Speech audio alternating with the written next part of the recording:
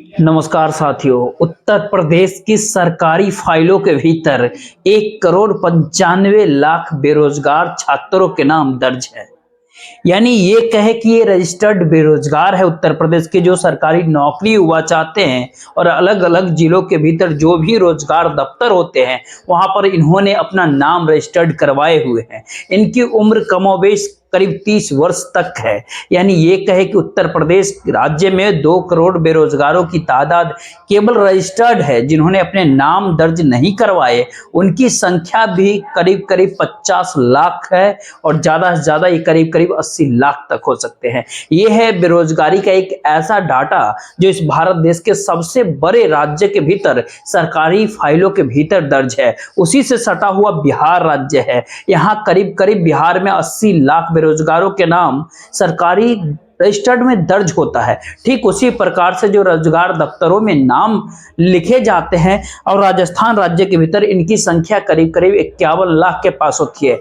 51 लाख यही परिस्थिति मध्य प्रदेश के भीतर होती है, जहां पर 60 से 62-63 लाख युवा ऐसे हैं जिनके नाम बेरोजगारी दफ्तर में रजिस्टर्ड है और वहां से नौकरी कब मिलेगी ये बात कोई नहीं जानता है।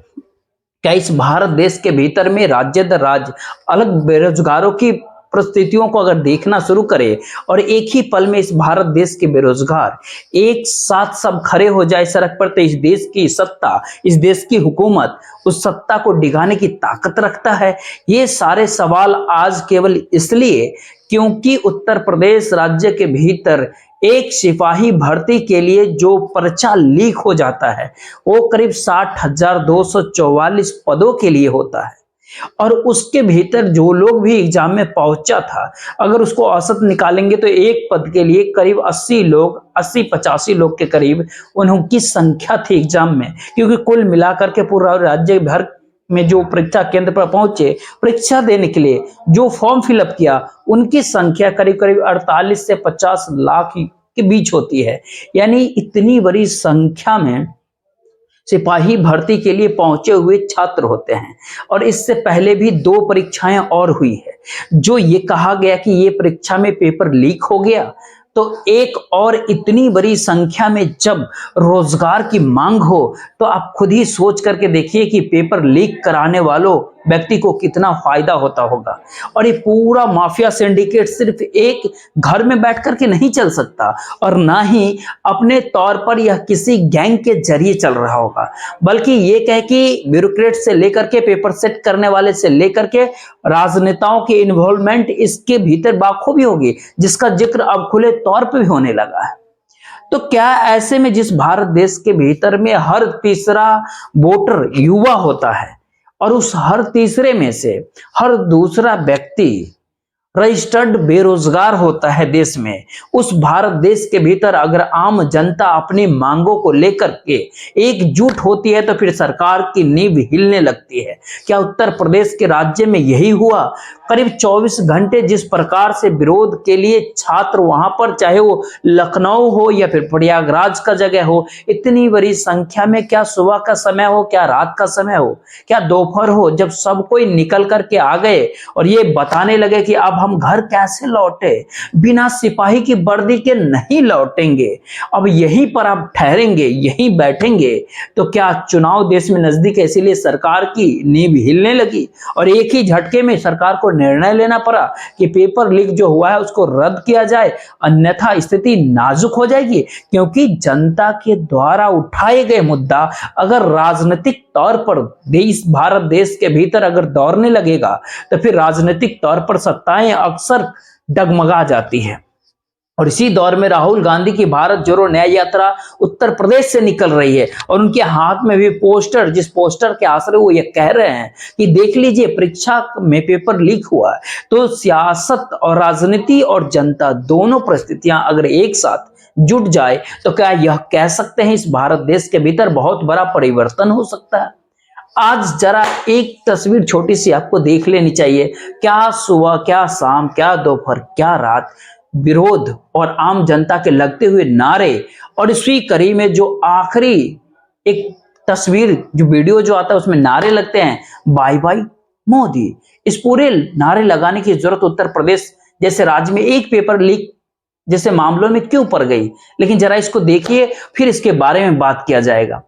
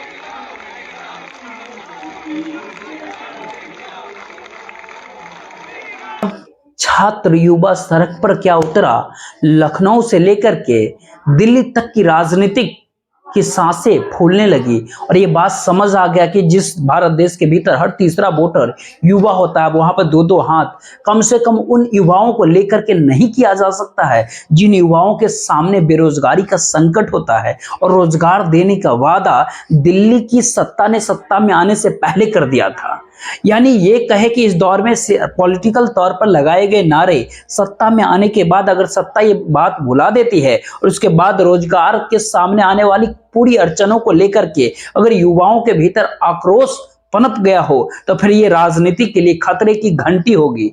शुरुआत में ही हमने जिक्र किया बिहार, राजस्थान, उत्तर प्रदेश, मध्य प्रदेश का भी, क्योंकि तमाम राज्यों के भीतर पेपर लीक और बेरोजगारी का संकट और युवाओं का राजनीतिक तौर पर, पॉलिटिकल तौर पर कहीं ज्यादा समझ का होना, यह साफ साफ बताता है कि इन सारे जगहों के भीतर जो भी परिस्थिति छात्रों के साथ होती है, अगर राजनीति के साथ वो जुड़ जाए या फिर राजनीति खुद को उनके साथ जोड़ ले, तो फिर 2024 के लोकसभा चुनाव की तस्वीर कहीं बदल तो नहीं जाएगी। यह सवाल इसलिए भी कि जिन 4 राज्यों का बात आपसे हम कर रहे हैं, अगर यहां पर युवाओं की अगर संख्या को देखेंगे तो उत्तर प्रदेश के भीतर इन युवा वोटरों की संख्या जो होती है करीब करीब 6 करोड़ 80 लाख के आसपास होती है। यानी 18 साल से लेकर के 30-32 साल के बीच के जो युवा हैं उनकी संख्या 6 करोड़ 80 लाख के करीब होती है। बिहार में ये संख्या 3 करोड़ 50 लाख के आसपास होती है। राजस्थान राज्य के भीतर 2 करोड़ 25 लाख होती है और वहीं मध्य प्रदेश के भीतर ये संख्या 2 करोड़ 35 लाख होती है। ये करीब करीब टोटल 15 करोड़ के आसपास का आंकड़ा होता है। जो रजिस्टर्ड तौर पे जो आंकड़ा होता है वो 4 करोड़ से ज्यादा होता है बेरोजगारों की, केवल इन 4 राज्यों के भीतर। तो जरा आप खुद सोच करके देखिए, क्या जब सच में मुद्दे अगर उठने लगते हैं तो सरकार डगमगाने लगती है। क्योंकि इससे पहले किसानों को लेकर के जब 1 साल तक देश में आंदोलन चला, जब उत्तर प्रदेश का चुनाव नजदीक आ गया, तो प्रधानमंत्री नरेंद्र मोदी को राष्ट्रीय तौर पर बताना पड़ा गलती हो गई, लगता है हम समझा नहीं पाए, तो हम 3 काले कानून वापस ले लेते हैं।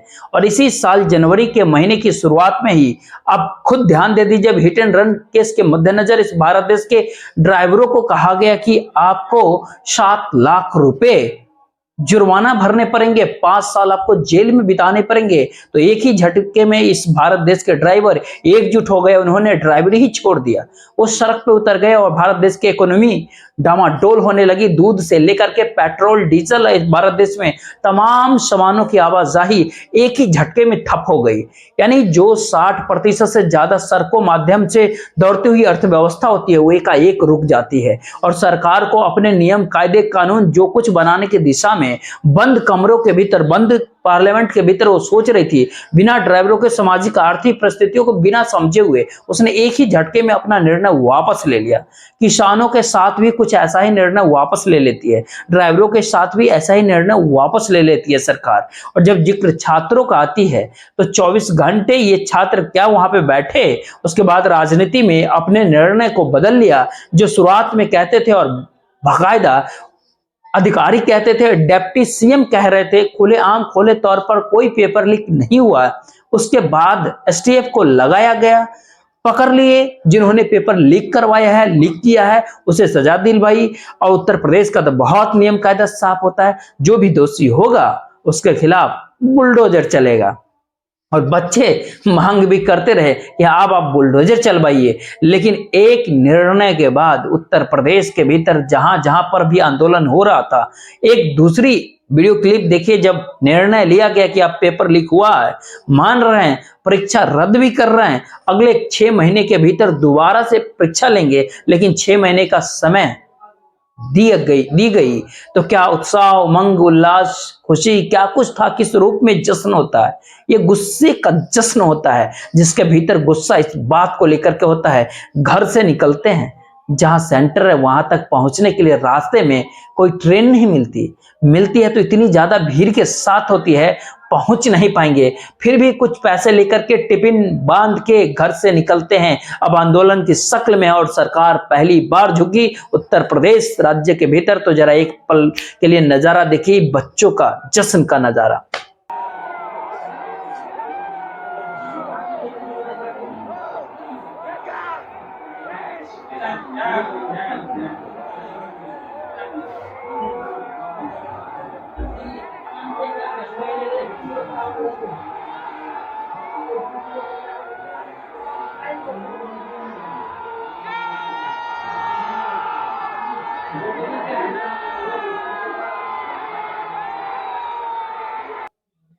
अब सवाल इस हर्षोल्लास का नहीं है, सवाल तो उस आक्रोश का होता है जिसमें सरकारें फेल हो जाती है, डिग जाती है। और तमाम राज्यों के भीतर, खास करके उन राज्यों के भीतर जो कि अपने नुमाइंदों को चुनते हैं और वहां पर नुमाइंदे अपने चुने जाएं, इसके लिए राजनीति एड़ी चोटी का जोर लगा देती है।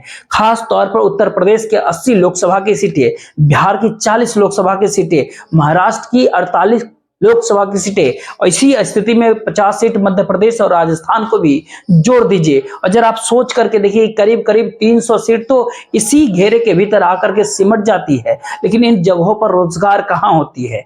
ये सवाल इसलिए भी इस दौर में बहुत महत्वपूर्ण होता है। अगर आप ध्यान देंगे 2019 के लोकसभा चुनाव में भी, तो कांग्रेस को दूसरे नंबर की पार्टी थी, कितने वोट पड़े थे?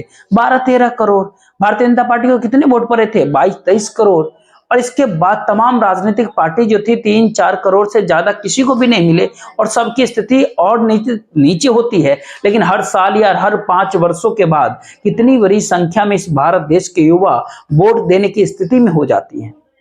लेकिन वोट देने के साथ साथ वही देखता है कि आने वाले समय में जब वो डिग्री लेकर के निकलेगा तो उसको रोजगार मिलेगा या फिर नहीं मिलेगा, या उसे इसी तरह से तख्ता उठा करके सड़क पे आंदोलन करना पड़ेगा। इलेक्शन कमीशन की जानकारी होती है तो उसने जानकारी दी कि 2,63,00,000 बच्चे जो होते हैं वो जो 18-19 साल के होते हैं 2024 के भीतर वोट डालेंगे। यानी पहली बार वो 2024 के लोकसभा चुनाव में 2,63,00,000 नए युवा वोटर होंगे, पहली बार वोटर डालेंगे। युवाओं के वोटरों की संख्या राज्य दर राज्य अगर आप समझेंगे तो करीब 25% से लेकर के 30% के आसपास युवा वोटर होते हैं। और बिहार में 28.8%, उत्तर प्रदेश के भीतर 29.9%, यानी 30% के आसपास, राजस्थान में 28.3%, मध्य प्रदेश में 27.7%, पश्चिम बंगाल के भीतर 26.2% होती है। इसी प्रकार से भारत के अन्य राज्यों में देखते जाएंगे तो इतनी बड़ी संख्या में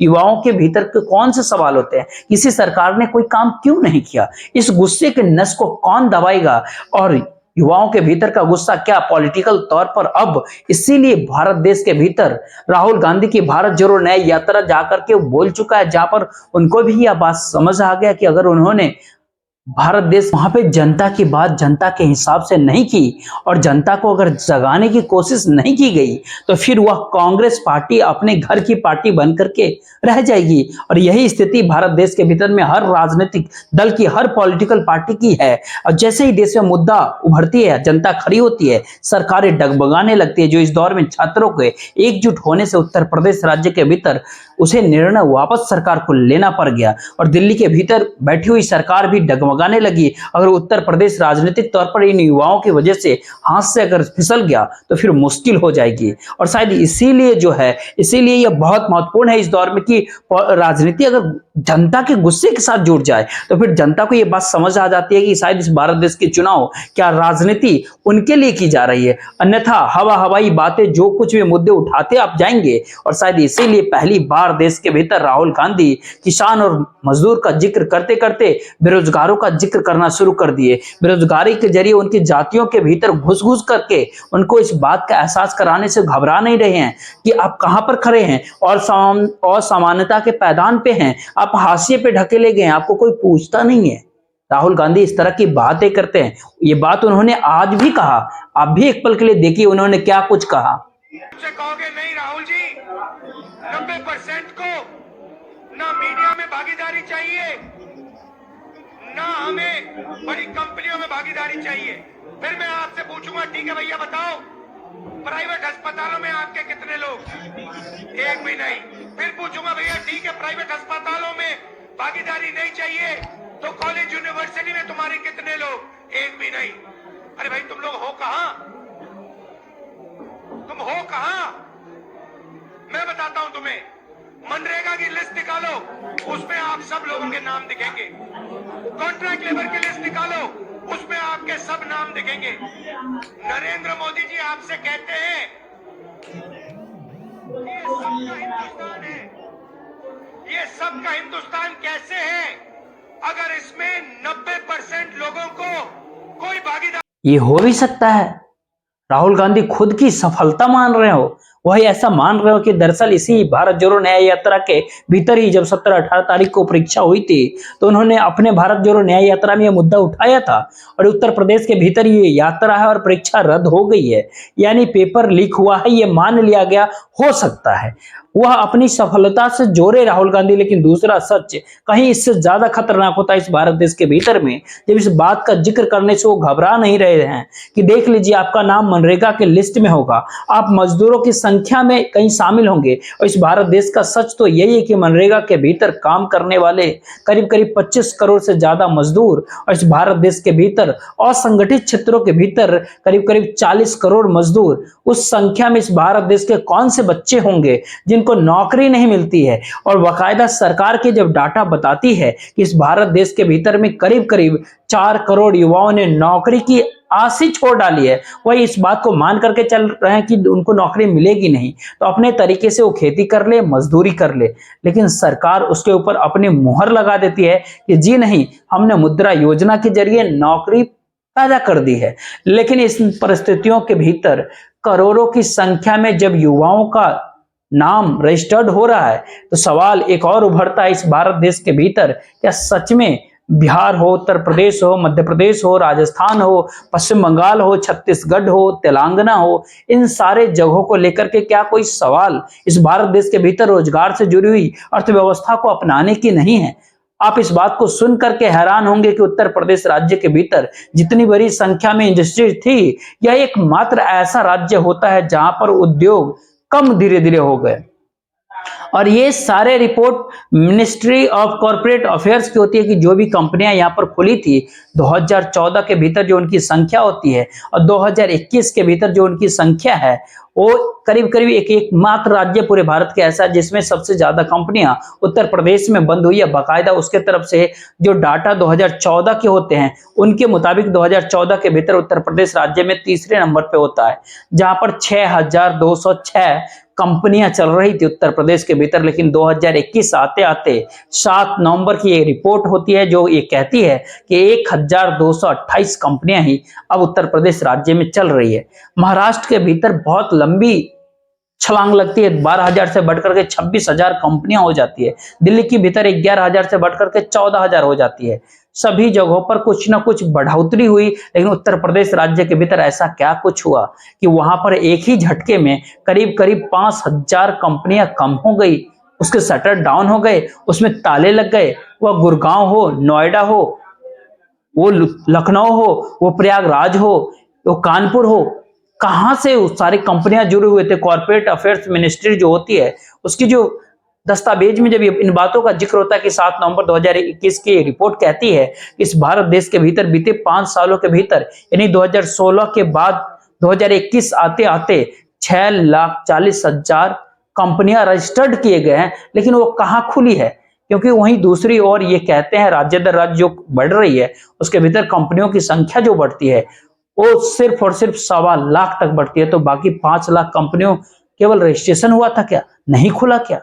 यानी यह कहे कि इस भारत देश की अर्थव्यवस्था से जुड़े हुए जो कुछ महत्वपूर्ण सवाल होते हैं, जो इस भारत देश में युवाओं को नौकरी दे, या इस भारत देश के जीडीपी को आगे बढ़ाए, या इस भारत देश में बेरोजगारी को खत्म करे, ये सारे सवाल एक ही झटके में इस भारत देश के पॉलिटिकल पटल से, पॉलिटिकल धरातल से, राजनीतिक धरातल से गायब हो जाती है। सरकार उस दिशा से देख रहे कि कॉर्पोरेट को नेटवर्क के आश्रय तीसरे नंबर पर पहुंचा दिया, पहले नंबर पर पहुंचा दिया, लेकिन सवाल सबसे बड़ा इस दौर में यही होता है, क्या सच में इस भारत देश के भीतर आम जन लोगों को कोई सरोकार पॉलिटिकल सत्ता के बचे नहीं, राजनीति के बचे नहीं, और इसीलिए उनका अपना जीवन, अपनी जिंदगी इलेक्शन के समय से हट करके कभी भी दूसरे समय आम जनता के बीच जाने की होती नहीं है। क्या सच में यह स्थिति है भारत देश में? यही स्थिति है।